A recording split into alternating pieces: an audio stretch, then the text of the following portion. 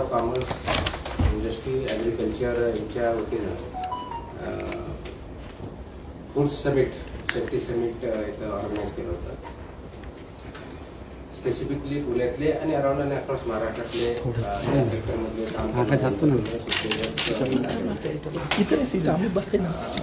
उद्देश हा होता की एफडीएचं व्हिजन काय आहे, आमच्या अपेक्षा काय आहेत आणि त्यांच्या अपेक्षा एफडीएकडनं काय आहे याच्याबद्दलचं इंटरॅक्शन होतं. एफडीएच्या अपेक्षा मी सांगितल्या, त्यांच्याही अपेक्षा मी ऐकून घेतल्या. बेसिक थीम जो आपण ठरवलेला आहे, शासनाने ठरवलेला आहे, safe food, safe drug, safe humans for Maharashtra, या दृष्टिकोनातून काम करायचं आहे. रेग्युलेटर आणि उद्योजक ह्या एकाच नाण्याच्या दोन बाजू आहेत आणि आपलं काम हे सिटीजन्ससाठी, कंझ्युमरसाठी safe food, standard food, efficacy of medicines, safety medicine हे प्रोव्हाइड करणं आहे, त्या दृष्टीनं काम करणं आहे. आणि म्हणून हे जे तीन महत्त्वाचे स्टेक होल्डर्स आहेत, सिटीजन्स, इंडस्ट्री आणि रेग्युलेटर, हे कॉन्ट्राडिक्टरी नाही, तर एकाच इकोसिस्टमचे भाग आहेत. ह्या अप्रोचने काम करणं अपेक्षित आहे. हा मेसेज मी दिला, त्याला चांगलं रिसेप्शन आलं. त्यांच्यामधले जे कंप्लायन्सेस अपेक्षित आहेत ते करायला तयार आहे. आणि आपला जो ड्राईव्ह आहे, फूड सेफ्टीच्या बाबतीत असेल किंवा ड्रगच्या बाबतीतला असेल, तो ॲज पर स्टँडर्ड शाश्वत रूल्स चालेल. कंप्लायन्सेस त्यांनी करायचे आणि कंप्लायन्सेस होतील की नाही हे रेग्युलेटर बघायचे, त्या पद्धतीची कारवाई आपली चालू आहे. हे करत असताना काही ऑटोमेशनच्या बाबतीतले काही इश्यू त्यांचे, जसं USFDA मध्ये होतं, अलर्ट्स येतात, तर त्याच्यातल्या काही सिस्टम आपण ऑलरेडी चालू केलेल्या आहेत. जसं की रिकॉल ऑर्डर जर तुम्ही माझ्या वेबसाईटवर बघितल्या मेडिसिनच्या बाबतीतल्या, तर ज्यावेळेस रिकॉल ऑर्डर ते माझ्या वेबसाईटवर आता अवेलेबल असते. You can just check it आणि त्या तुम्हाला अवेलेबल होते. इथून पुढे पुढच्या सुद्धा काही रिकॉल ऑर्डर ज्या असतील त्या माझ्या वेबसाईटवर अवेलेबल असतील. हे सगळं करत असताना पहिली स्टेप आपण ऑटोमेशनच्या बाबतीत किंवा डिजिटायझेशनच्या बाबतीत एफडीए मध्ये जी घेतलेली आहे, तर आपण ग्रीव्हन्स पोर्टल ऑलरेडी लॉन्च केलं आहे 2 दिवसापूर्वी. त्याच्यामध्ये complaints.mahafda.in या पोर्टलवरती आपण त्याचा आपले ग्रीव्हन्सेस नोंदवण्यासाठी उपयोग करू शकता. ते मराठी, हिंदी आणि इंग्लिश या तिन्ही लँग्वेजमध्ये अवेलेबल आहे. त्या पोर्टलवरती आपण ग्रीव्हन्स नोंदवल्यानंतर ते automatically joint commissioner of the region पर्यंत जाते. त्यांनी ती बघायची विदिन 24 hours मध्ये आणि ती कन्सर्न एखाद्या ऑफिसरला असाइन करायची आणि त्यांनी त्या वेळेत जो विविध वेळ दिला त्याच्यामध्ये रिझॉल्व्ह करून त्याच्यावरती उत्तर त्या कंप्लेंटवरती पोर्टलवरती द्यायचंय. ही सगळी कंप्लेंट कुठे आहे, काय उत्तर देतं, कुणाकडे असाइन, हे ग्रीव्हन्स किंवा कंप्लेंट करणाऱ्या व्यक्तीला ट्रॅकिंग करता येते. त्यांनी ती करायची. वेळेत जर ते टॅकल केलं नाही तर ते ऑटोमॅटिकली वरिष्ठ अधिकाऱ्याकडे एस्केलेट होते आणि ज्या अधिकाऱ्यांनी ते वेळेत केले नाही त्यांना ऑटोमॅटिकली नोटीस पण जाते. म्हणजे बिल्ट इन अकाउंटेबिलिटी आणि ट्रान्सपरन्सी ह्या दोन्ही गोष्टी आपण त्याच्यात केलेल्या आहेत. त्याला खूप चांगला रिस्पॉन्स आहे. विदिन 24 hours ऑलमोस्ट त्याच्यामध्ये ऑलमोस्ट 10 लाख लोकांनी त्याच्यावरती व्हिजिट केलेली ते आम्हाला पाहायला भेटल्या. पहिल्या 1-1.5 तासामध्येच एका मिनिटामध्ये 3,75,000 हिट्स आल्यामुळं आम्ही तेवढं इमॅजिन केलं नव्हती तेवढी कॅपॅसिटी लागेल पण हिट्स येतील. त्यांची कॅपॅसिटी ऑलमोस्ट 1-1.5 लाख 2 लाखाच्या आसपास होती. तर हिट्स जास्त केल्यामुळे सर्व क्रॅश झालं होतं, पण आपण 1-2 तासामध्ये करून आता कॅपॅसिटी वाढवलेली आहे. आणि म्हणून ग्रीव्हन्सेसच्या बाबतीत हे आपण ऑनलाईन सिस्टम चालू केलेली आहे. त्याच्यामुळे वेगळ्या कुठेही जाण्याची आता आवश्यकता नाही. ग्रीव्हन्स टाईप करता येतो किंवा व्हॉइस नोटने सुद्धा आपल्याला अपलोड करता येतो. आपले डिटेल्स त्याच्यामध्ये द्यावे लागणार आहेत आणि ते दिले की आपली ग्रीव्हन्स त्याच्यावरती कारवाई केली जाईल. त्याचबरोबर आपण पुढच्या काही काळामध्ये एफडीए मध्ये ऑटोमेशन घेणार आहोत. तो विषय तर इंडस्ट्रीने काही रेज केला की आम्हाला जे काही अलर्ट्स असतील ते आपल्या पोर्टलवरतीच बघता येईल. तसं आपण इंटिग्रेटेड पोर्टल म्हणजे आपल्या आत्ताचे सर्व्हिसेस जे आहेत लायसन्सिंग त्या पूर्ण ऑनलाईन आहेत. फूडच्या बाबतीत फॉस्टकास्ट वरती आहे, ड्रगच्या बाबतीत आपली एक्सेलेंट पोर्टल आहे त्याच्यावरती आहे. परंतु ते लायसन्सिंगच्या बाबतीत आहे.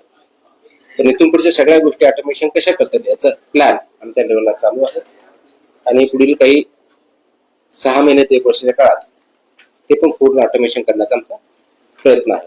त्याचाच पार्ट एक जे ब्लॉकचेनचा विषय आहे त्याबद्दलचे त्याच्यामध्ये कॉम्पोनंट आहे. ब्लॉकचेन नेमकं काय असणार? ब्लॉकचेन टेक्नॉलॉजी तुम्हाला माहिती आहे. त्याच्यामध्ये एखादा इंडस्ट्रियलिस्ट आहे, लायसन्स दिलं, त्यांना कधी नोटीस दिली, त्याचं कधी लायसन्स सस्पेंड केलं, त्यांचं कधी अनसेफ फूड आलं, हे रेकॉर्ड त्यांच्या त्या लायसन्सच्या नावावर आपल्याला कायमस्वरूपी दिसणार आहे. म्हणजे आज किती वेळ गेलं त्याचं रेकॉर्ड राहतं नाही राहत, कुठं बघतं हे वेगळं बघण्याची गरज पडणार नाही. ते ऑटोमॅटिकली दिसेल आणि त्याच्यामध्ये आम्हाला जर शक्य झालं तर ते कंझ्युमरला पण माहीत असेल की ह्या बिझनेसेस मध्ये कशा पद्धतीचा आहे. तर याचा पण आमचा त्याच्यामध्ये विचार आहे की यांच्याबद्दलचं आतापर्यंत काय काय ऍक्शन झाल्या, चांगल्या असतील, नॉट सो गुड असतील, तर हे पण कंझ्युमरलाही कसं बघता येईल याचा आमचा त्याच्यामध्ये विचार चालू आहे. परंतु ऍज अ रेग्युलेटर ते डेफिनेटली एका क्लिकवरती एखादा एंटरप्रेनर असेल, लायसन्सी असेल, त्या लायसन्सीवरती आतापर्यंत काय झालेलं आहे, लास्ट लायसन्स झालं, वेळेत नाही झालं, नोटीस गेली, इम्प्रुव्हमेंट नोटीस गेली वगैरे वगैरे, या गोष्टी ऍट वन क्लिक अवेलेबल असाव्यात जेणेकरून आपल्याला त्या उद्योगाच्या बाबतीत, एंटरप्रेनरच्या बाबतीत काय काय झालेलं आहे हे कळेल. हा त्या ब्लॉकचेनच्या पॅटर्नचा कन्सेप्ट. उद्योगाच्या औषधामध्ये पण एखादी आस्थापना असू शकते, येस, त्याची फूड मध्ये पण असू शकते. बिलकुल. ते सगळे तुम्ही तिथं ऐकलंय, सगळं बघितलंय, परत नाही मला तुमच्याकडून का म्हणजे काय तुम्ही त्याच्यावर नेमकं करणार काय? त्यांचं एका उद्योगाने समजा जर कंप्लायन्स केलं नसेल तर त्याचे सर्व उद्योग एकाच राडाखाली येणार. लायसन्स असतं त्यावेळेस त्या पर्टिक्युलर फर्मला असतं, त्याचे कंप्लायन्सेस त्यांनी करणं अपेक्षित असतं. पण एकच माणूस आहे, त्याचे 4 उद्योग आहेत, राईट. म्हणजे त्यांचे कोणते कोणते उद्योग आहेत, दुसरीकडे त्याचे कंप्लायन्सेस लॅब्स आहेत हे आम्हाला बघता येते. ज्यावेळेस एक लायसन्स असतो, लायसन्स असतो आणि ते पर्टिक्युलर प्रॉडक्टच्या बाबतीत असतं किंवा सर्व्हिसच्या बाबतीत असतं, तर त्याचे रूल्स त्यांनाच लागू नाही, त्याचे रूल्स दुसऱ्याला लागू नाही होऊ शकत जरी व्यक्तित्व असला तरी. पण ऍज अ रेग्युलेटर आम्ही हे बघू की जर इथं हे लग्न आहे आणि सेम बिझनेस दुसऱ्या ठिकाणी त्यांचा आहे तर आम्ही ते चेक करू की तिकडे कसा बिझनेस आहे, that will help us decision making. Sir तुम्ही चार्ज घेतल्यापासून पुढे जिल्ह्यात देखील मोठ्या कारवाया सुरू आहेत. गुरुवारी देखील 10 बेकरीज आणि त्या सील केलेल्या आहेत. जिल्ह्यात कुठे या सगळ्या कारवाया झाल्या आहेत त्याचं काही डेटा आहे असं फक्त थोडंसं नाही. आता माझ्याकडे तुम्हाला नाव असं नाही सांगता येणार, पण हे अक्रॉस महाराष्ट्र आपले आहेत. पर्टिक्युलरली आपण काही ऑर्डर्स काढलेले आहेत. डेअरीच्या बाबतीत कारवाई चालू आहे, हॉटेल आणि रेस्टॉरंटच्या बाबतीत चालू आहे, आपल्या प्रोहिबिटेड आयटमच्या बाबतीत चालू आहे, इतरही बाबतीत चालू आहे. परंतु स्पेशल फोकस आपण आता फूड इंडस्ट्रीवरती, डेअरी इंडस्ट्रीवरती आणि प्रोहिबिटेड आयटमवरती केला आणि याच्यामध्ये काही मोठ्या प्रमाणात वाढणार आहे आणि याची माहिती आम्ही प्रेसला ऑलमोस्ट डेली बेसिसवरती देतो. सर, दुधापासून सुरू झालेली कारवाई अगदी तंबाखू असेल, ते स्किन सारखं पेय असेल किंवा थेट आता डॉक्टर्स पर्यंत येऊन पोहोचलेली आहे. या सगळ्या गोष्टीमध्ये आता अनेक लोकांना प्रत्येक ठिकाणी भेसळ असं वाटायला लागले. काय या सगळ्याची पार्श्वभूमी आहे? नाही, भेसळ ह्या दृष्टिकोनातून बघायचं नाही. आय थिंक नागरिकांना माझं ते आव्हान आहे. मी आता इथं माझ्या ओपनिंग रिमार्क्स मध्ये बोलण्यामध्ये बोललो की आपण हा जो भेसळ युक्त पदार्थ किंवा भेसळ आहे त्यासाठी FDA आहे हा कन्सेप्ट डोक्यातून काढून टाका. प्रथमतः नागरिकांनी काढावा, मीडियाने काढावा, इंडस्ट्रियलिस्टने काढावा. कारण ओरिजिनल जो ऍक्ट होता फूडच्या बाबतीत होता prevention of food adulteration act 1954, म्हणजे भेसळ थांबवण्यासाठीचा ऍक्ट होता. That was change in 2006. 2006 मध्ये चेंज झाला आणि त्याच्याने food safety and standards act आला 2006 मध्ये. त्याचं इम्प्लिमेंटेशन 2011 पासून सुरू झालं. हा 360 डिग्री चेंज आहे prevention of food adulteration to food safety and standards. त्याच्यामुळे हा बदल फक्त पेपरवरचा न राहता तो आपल्या आयुष्यात बदल आहे हे लक्षात घ्या. म्हणून आपण एखाद्या पदार्थाकडे किंवा वस्तूकडे बघताना ती अडल्टरेशन आहे की नाही एवढं न बघता ती स्टँडर्ड प्रमाणे आहे की नाही हे बघायला शिकलं पाहिजे. कारण स्टँडर्डच्या आधारे सेफ्टी आहे. स्टँडर्ड जर असेल तर ऑफकोर्स ती चांगली आहे आणि म्हणून ते कोणते स्टँडर्ड्स आहेत ते फसाने ठरवलेले आहेत. आतापर्यंत त्याच्यामध्ये फूड सेक्टरवर 22 प्रकारचे स्टँडर्ड्स आहेत वेगळ्या पद्धतीने. त्या स्टँडर्ड प्रमाणे ते प्रॉडक्ट असावं, ते मार्केटमध्ये यावे आणि ते कंझ्युमरला त्या स्टँडर्ड प्रमाणे भेटावे हा त्याच्या पाठीमागचा उद्देश आहे. हे कंप्लायन्सेस उद्योगाने करायचे आणि ऍज अ रेग्युलेटर मध्ये कंप्लायन्स करताय की नाही हे FDA ने बघायचं. ह्या सगळ्याचा ओव्हरऑल उद्देश हा नागरिकांच्या हेल्थ याच्याशी संबंधित आहे. म्हणून सेफ्टी आणि health of people is of importance हा त्याच्यातला इश्यू आहे. आणि म्हणून हे सगळं करताना आपली हेल्थ चांगली राहायची असेल तर आपण ज्या गोष्टी खातो ह्या स्टँडर्ड प्रमाणच्या आहेत का, सेफ आहेत का, हायजेनिक आहेत का, हे बघणं गरजेचं आहे. त्याच्यामुळं फक्त एक्सपायरी डेट कधी आणि किती किंमत आहे एवढ्या पुरतं बघणं न थांबता त्याचे इन्ग्रेडियंट काय आहेत आणि ते स्टँडर्ड प्रमाणे आहेत की नाही याच्यावरती फोकस होणं गरजेचं आहे. तो अप्रोच चेंज होणं गरजेचं आहे. फक्त भेसळ आहे अशा दृष्टिकोनातून न बघता ते स्टँडर्ड आहे का, सेफ आहे का आणि तुमच्यासाठी ते योग्य आहे का हे जर बघितलं तर खूप चेंज होईल. आणि त्या दृष्टीने ती आपली मानसिकता ऍज अ कंझ्युमर म्हणून आपली बदलण्याची गरज आहे. ऍज अ इंडस्ट्री म्हणून त्यांनी कंप्लायन्सच्या दृष्टिकोनाने बदलणं गरजेचं आहे आणि ऍज अ रेग्युलेटर म्हणून आम्ही त्या दृष्टीने बघणं गरजेचं सर अनेक जिल्ह्यातल्या अनेक आस्थापनांकडे लायसन्स देखील नाही. विना परवाना किती दिवस झालं सगळा बिझनेस चालू आहे. ज्यांच्याकडे आहेत त्यांनी रिनोव्हेट नाही केले. तुम्ही ते पण बघताय आता सगळं. या सगळ्या लोकांना काय सांगाल सर? यांना काही आम्ही याच्यामध्ये ऑर्डर्स आपल्या स्टँडर्ड आहेत. लायसन्स नसेल तर 10 लाख रुपयाचा दंड आहे. विदाऊट लायसन्स जर तुम्ही बिझनेस करत असाल. आतापर्यंत आम्ही तेवढा दंड लावत नव्हतो, कमी मध्ये मागून नेत होतो. इथून पुढे ते कमी मध्ये चालणार नाही. माझ्या अधिकाऱ्यांना सांगितलंय किती छोटा असेल असं वाटत जरी असेल तरी 10 लाख लिमिट आहे तर 10 लाख लावी द्या. सो दॅट अनलायसन्स किंवा अनरजिस्टर्ड उद्योग कुणी करू नये हा त्याच्या पाठीमागचा उद्देश आहे. आणि जेणेकरून लायसन्स घ्या, रजिस्ट्रेशन घ्या, ऑनलाईन आहे, लवकर भेटतं, ती काही अडचण नाहीये. आणि आपण नियमानुसार स्टँडर्डनुसार काम करा. तर हे केलं तर तुमचाही उद्योग व्यवस्थित चालेल आणि नागरिकांना व्यवस्थित सर आपण food असं भेटेल. चर्चा केल्यानंतर एका विषयावर. तक्रारी मोठ्या संख्येने येतात. सॉरी, तक्रारी तर तक्रारींचं वर्गीकरण कसं म्हणजे साधारण काय पॅटर्न दिसतं? सर त्याला ठेवून दे फक्त एक नाही पॅटर्न म्हणजे काय म्हणजे बेसरीमध्ये काय होते, अन्न औषध तुमच्या माहितीसाठी एक गोष्ट सांगू शकतो. सर्वात जास्त कंप्लेंट पुणे जिल्ह्यात आपण तरी डॅशबोर्ड दाखवू शकतो. सर त्यातला पॅटर्न काय असतो? म्हणजे अन्न याच्यात हॉटेल अनहायजेनिक फूड ह्या सर्वात जास्त कॅटेगरी. आणि मानवी आरोग्यास धोकादायक ठरणारे असे सब्स्टन्स कुठं कुठं आढळले आहेत का? म्हणजे त्याचे आपले सॅम्पल येतात, सगळे होतं, त्याचा आपण डिस्क्लोज करतो. जे अनसेफ असतो ते रिकॉल करतो. अनसेफ साठी त्याचं लायसन्स सस्पेंड करून पुढची कारवाई करतो. आपलं चालू आणि ती माहिती आम्ही प्रेसला देतो. ते पण आपण जे आता 10-15 दिवसामध्ये केलेले जे अनसेफ आढळलेली किती आहेत असे सॅम्पल? तो डेटा आता मला नाही सांगता येणार पण आपण ते ऑलरेडी कारवाई करून प्रेसमध्ये देतो. तुम्ही जर वाटलं तर लायसन्स कॅन्सल केलेले अनसेफ आढळले आपण देतो त्याच्यामध्ये. तुम्ही ते आता आता भेटेल. पुणे जिल्ह्यातून सर्वाधिक तक्रारी आहेत ज्या डॅश कुठल्या स्वरूपाच्या आहेत ते सांगितलं. आणि त्यांच्यावर आपण काय कारवाई करतो किंवा त्यांनी त्याची काय प्रत्येक कंप्लेंट इन्व्हेस्टिगेट केली जाते. ते जाऊन तपासतो अधिकारी. त्याच्यानंतर ज्या प्रकारच्या तिथे लॅकुना आहेत, कंप्लेंट केली म्हणजे 100% खरी असेल, पार्टली खरी असेल, ते डिपेंड्स. ते गेल्यानंतर तपासणी ते स्टँडर्ड प्रमाणे काम करतो. आम्ही जर गेल्यानंतर अधिकाऱ्यांना माझे इन्स्ट्रक्शन असे आहे तर पूर्णपणे आपण इन्स्पेक्शन करायचे ॲज पर द स्टँडर्ड. जे आपले स्टँडर्ड्स अँड रेग्युलेशन त्या एस्टॅब्लिशमेंटला लागू आहेत ते पूर्ण तपासणी करायची. फक्त कंप्लेंटला तेवढा पार्ट न करता पूर्णच तपासणी करायची. सो दॅट तो बिझनेस, ती इंडस्ट्री त्या नामप्रमाणे काम करते की नाही हे तपासायचं आणि त्या फाइंडिंग ज्या असतात त्याच्या आधारे आपण कारवाई करतो. आणि ज्या प्रकारचा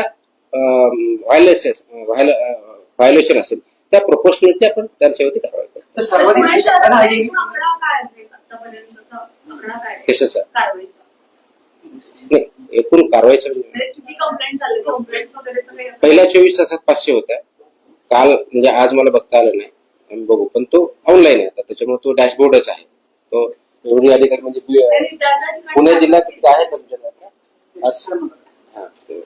जॉईंट कमिशनर आहेत माझे. पुणे डिव्हिजन का जिल्हा नाही जास्त असतील. तुम्हाला पुणे तुमच्या डिव्हिजनचे किती बघा. I can show you. कारवाई झाली आतापर्यंत Sorry?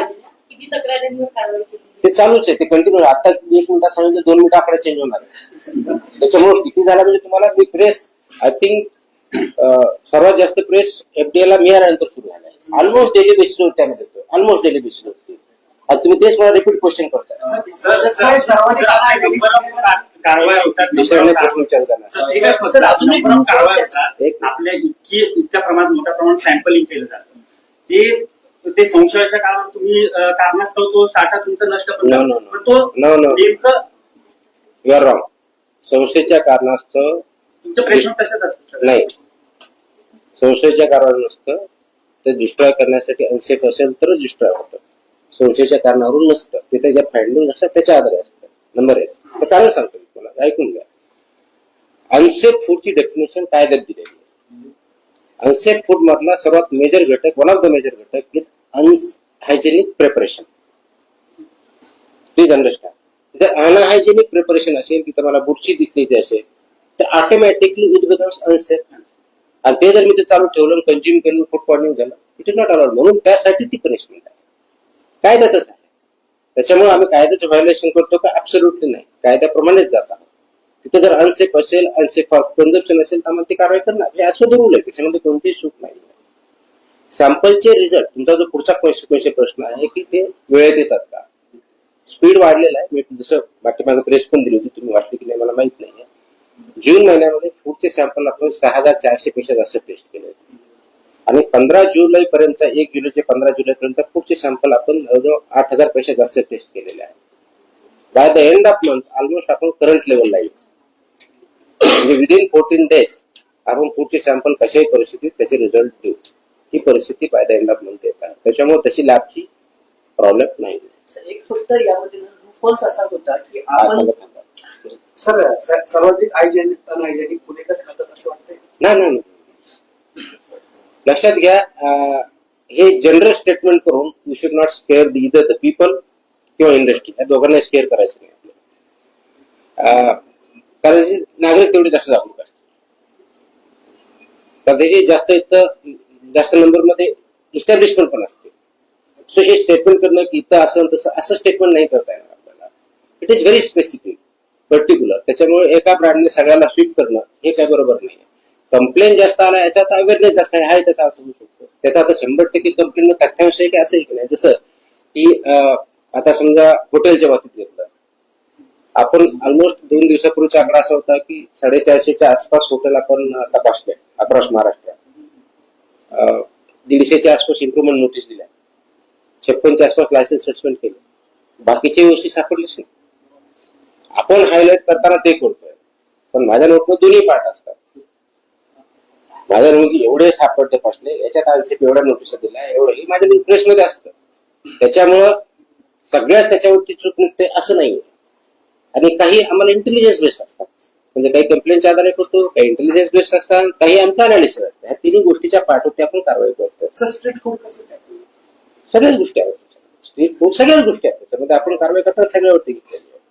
ऍट वन गो तुम्ही मला सगळ्याच कारवाई करणं शक्य नाही. ते आपल्याला 100%, माझ्याकडे 12 lakh plus food business registered आहे. ऍट वन गो 12 लाख वरती काम करू शकतो का? Not possible. आपण सॅम्पल बेसिसवरतीच काम करतो. कंप्लायन्सेस फूड इंडस्ट्री करायचे. आणि माझा प्रेस नोट देण्यापाठीमागचा ऍक्च्युअली उद्देश माझा हा असतो, लोकांमध्ये अवेअरनेस क्रिएट व्हावा.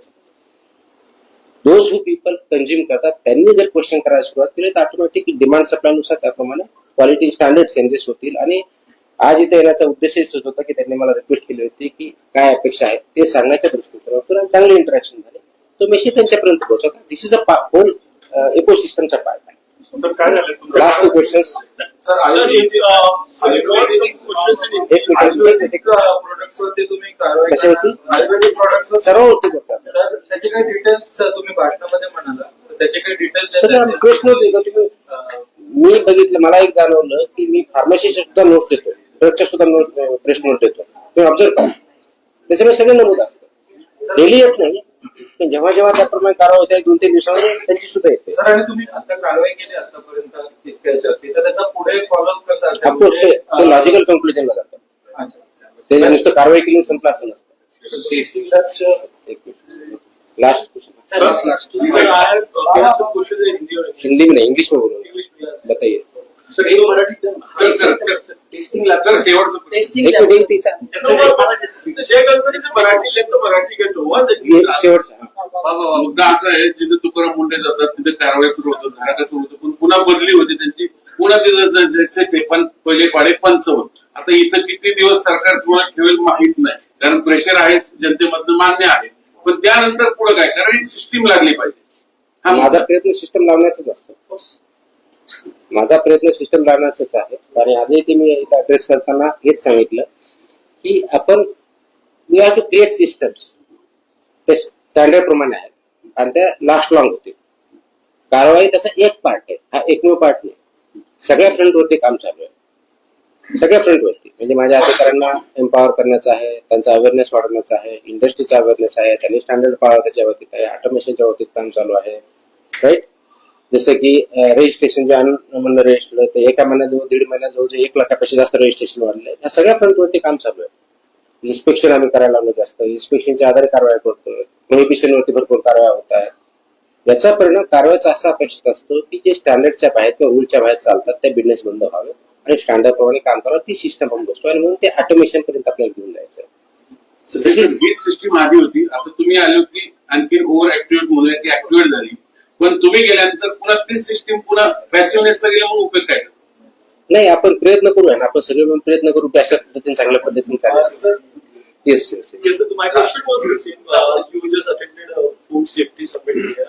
What was the interaction with the industry? What is See, this concept was basically to interact with entrepreneurs and industries working in food sector. How to promote food safety is the issue which we are addressing. As a regulator, we have to implement and execute regulations which are there as per the FSSAI. There are 28 regulations, of which 22 belong to food safety and standards. These standards need to be implemented letter and spirit by food safety industry. These have to be complied by industries and entrepreneurs who are working in this sector in the interest of safety and hygiene, health of the people. Whether they are following or not, implementing or not, that is the job of regulator as a FDA commissioner of the state to implement it.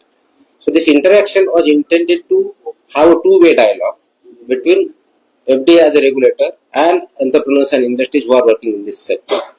So they had certain issues which were not very clear to them. I addressed those issues. I told the expectations as a government, what we have expectations as a regulator, what we have expectations from the industry.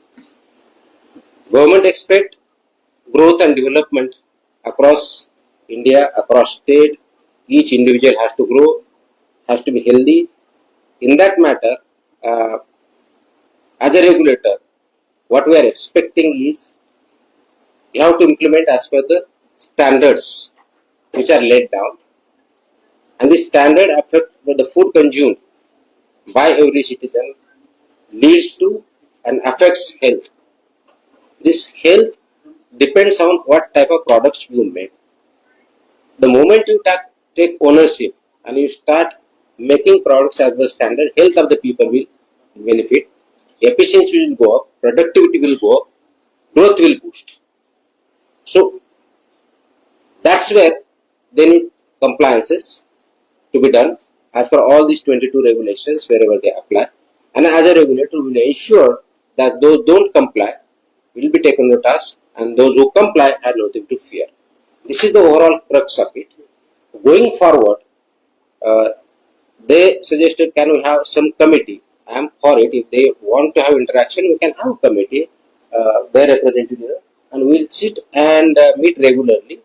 If they have certain issues, they can discuss with us, and whatever their issues, we will address them.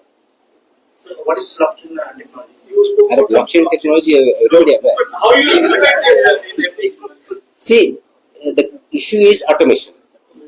The issue came up that how can they have, they know the circulars, recall orders to the public at large. So that is already made available on our website, FDA Maharashtra website. You can just log in and check in that there are recall orders of the NSQ, not for standard quality medicines which are found. So that we implement, we issue the press note also that people are aware. Going forward, we have to go for full automation, and we are working on it. If they have some suggestions, we are welcome to that. Part of that will be a blockchain technology use along with AI technology, machine learning. All this will be used for transparency, data-based decision making, evidence-based decision making, which is available in the public domain, including the industry. That's the overall architecture we are working on. So in recent times, we have seen a lot of action being taken, a lot of brands names are under your scanner. So what are your objectives? No brands are under my scanner. Unsafe food and unsafe drugs is under my scanner. Sir, जर तुम्ही आला Last. तुला खूप बदल कमी झाले काय गाया आपल्या म्हशी आपल्या I think प्रश्न संपलेले आहेत. Thank you.